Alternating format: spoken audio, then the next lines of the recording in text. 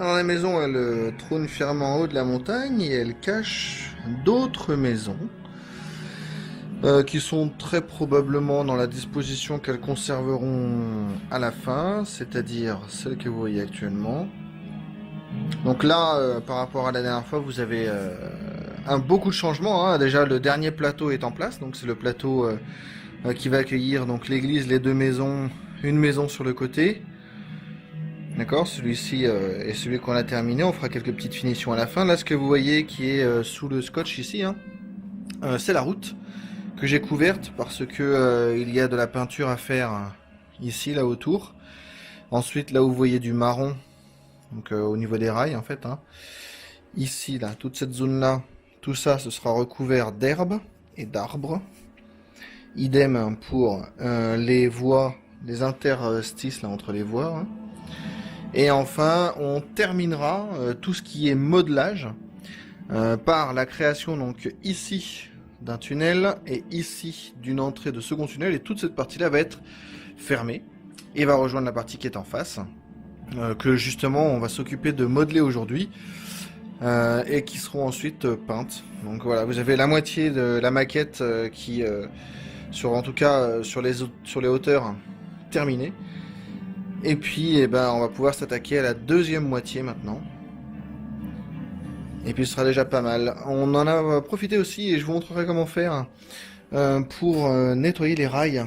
Parce que les rails, avec la colle, avec tous les produits qu'on utilise, ils finissent par avoir des espèces de petites couches qui se mettent par-dessus et qui empêchent la conduction de l'électricité dans la locomotive. Donc, il s'agit de les nettoyer. Bon, la technique est très simple. Il s'agit d'utiliser de l'acétone en frottant avec un coton-tige. D'accord ? Par contre, avant de finir la maquette, il faudra repasser proprement sur la longueur des rails pour s'assurer qu'il n'y ait pas de un peu de ballast collé sur l'intérieur des rails, puisque sinon ça empêchera les wagons de passer correctement.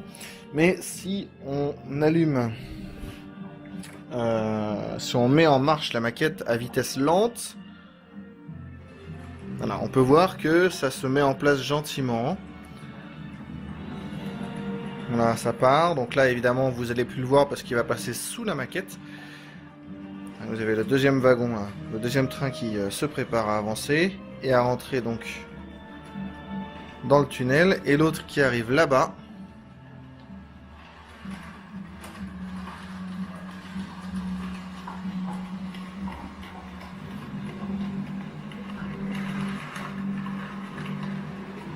Voilà, si vous arrivez à avoir un wagon qui passe à vitesse lente, ça veut dire qu'il arrivera à passer à vitesse plus rapide, bien sûr. Ce qui veut dire aussi que les rails sont suffisamment conducteurs et donc bien entretenus. Ici, c'est une zone un peu délicate, par exemple, vous voyez, parce que les rails, il va falloir que je les refasse proprement. Bon, ça passe, très bien, continuons. Hop, les deux wagons, enfin les deux trains se croisent. Le nôtre va arriver ici. Ils vont se recroiser ici. Ah non, ils vont pas se croiser, pardon, je dis des bêtises. Voilà. Et voilà. Et là, par exemple, vous avez le train de marchandises qui s'est arrêté, qui vient de repartir. Ça veut dire qu'il y a peut-être une petite vérification à faire au niveau des rails. Et vous voyez que le train de marchandises a terminé la boucle générale, puisqu'il reprend le même chemin que celui qu'il a emprunté au tout début. Et nous avons notre train de passagers qui est en arrêt. Je ne sais pas pourquoi. On va aller voir ça.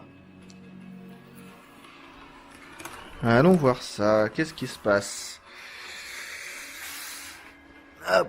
Alors, vous voyez, il y a juste un problème de conduction, puisqu'en fait, le train n'a pas déraillé. Il est en train de se faire doubler par son petit pote. Il faut juste l'aider un tout petit peu. Et en l'aidant un tout petit peu, il repart. Donc là, il va falloir regarder pourquoi ça a bloqué à cet endroit-là. Là. Voilà. C'est plutôt pas mal pour un début.